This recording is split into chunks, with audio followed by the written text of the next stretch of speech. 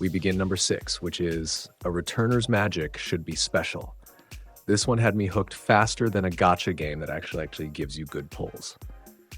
We meet Desire Arman, a magician who, alongside his friends, fails to stop the destruction of the world. But instead of rolling credits, the universe throws him a wild card. He goes up 13 years in the past, back in his academy days. And here's the kicker. He's not your average, I'm from the future, protagonist who just flexes knowledge. Desire knows exactly how the world will end, which enemies will rise, and how to prepare. So while his classmates are stressing over basic spells, my guy's busy rewriting fate itself. The school setting works perfectly here. It's not just about showing off his crazy abilities.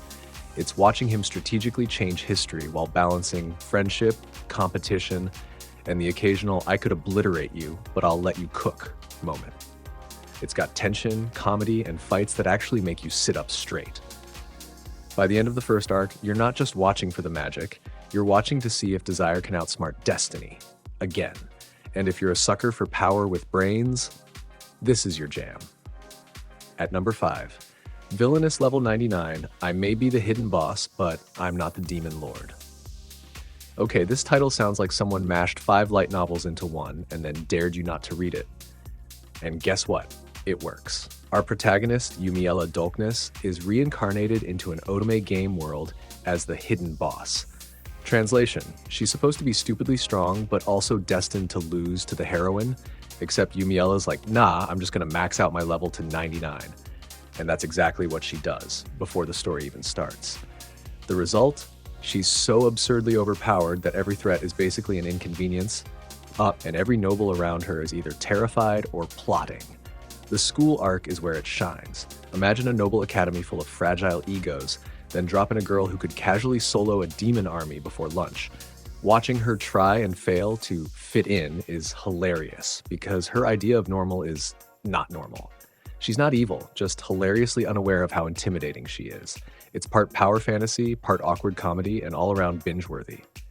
If you love the oops, I broke the game kind of protagonist, Yumiella will be your new queen. Number 4, Classroom for Heroes. You know how most hero school anime have a long, slow build before the MC starts showing off? Not here. Blade, our main character, is already a legendary hero before he even enrolls. He's retired from saving the world and just wants to experience a normal student life. Cute idea, right? Yeah. Except being normal is impossible when you can obliterate anything that moves. The fun here is the gap between his chill personality and his god-tier power. He'll be smiling and joking one second, then casually block an attack that should have destroyed half the city the next. It's the kind of balance that keeps you glued to the screen. You want the laughs, but you also want to see the next over-the-top fight scene. The Academy itself isn't just a backdrop. It's full of strong personalities, rivalries, and trials that, for anyone else, would be life or death. For Blade, it's Tuesday, but the series still gives stakes by throwing in challenges that test his mindset rather than his raw strength. And honestly, that makes it stand out in the overpowered MC genre. The Demon Sword Master of Excalibur Academy. Here's where it gets spicy. The MC Leonis is actually a reincarnated Dark Lord who wakes up after 1,000 years in the body of a 10-year-old boy. Yeah, that sounds like a bad isekai setup, but trust me, it's way more fun than it has any right to be.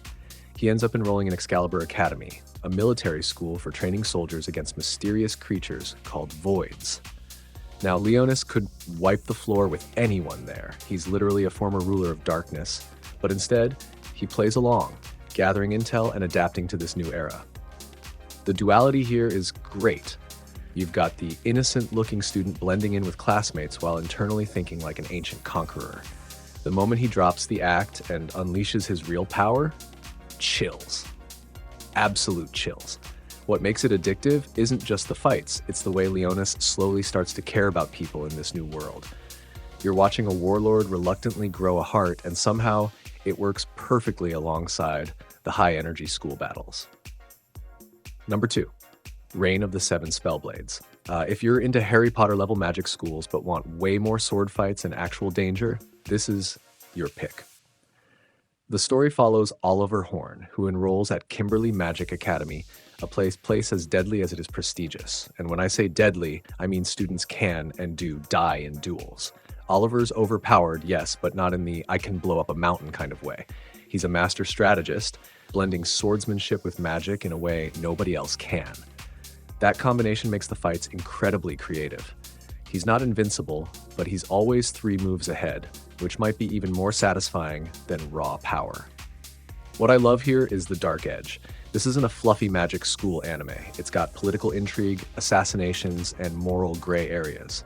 You'll be hooked not just on the action, but on the mystery of Oliver's true motives. And when you find out what's driving him, yeah, you'll be queuing the next episode immediately. Finally, at number 1, Wistoria, Wand and Sword. This one shot straight to my favorites list. Will Surford is our MC, and he's basically living in a world where magic is everything. The problem? He has 0 talent for it. In a normal story, that's a death sentence. But Will flips the script. He compensates with raw, unmatched swordsmanship that puts even the top mages to shame. Set in a prestigious magic academy, the series gives us that satisfying underdog vibe.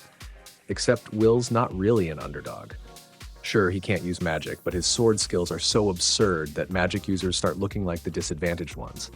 The fights are kinetic, flashy, and best of all showcase how brains and skill can beat raw magical power. But here's the heart of it. Will's determination. He's not trying to prove he's the strongest. He's chasing a promise to someone dear to him. That emotional core hits hard between all the flashy duels and academy drama.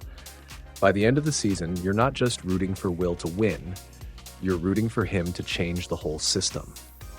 And that's the lineup. 6 insanely addictive school anime where the MC is so overpowered it's almost unfair. These aren't just power trips. They're stories with heart, humor, and enough late-night cliffhangers to keep you sleep-deprived for weeks. So, which one's going on your watch list first? Let me know. Just don't blame me for your binge.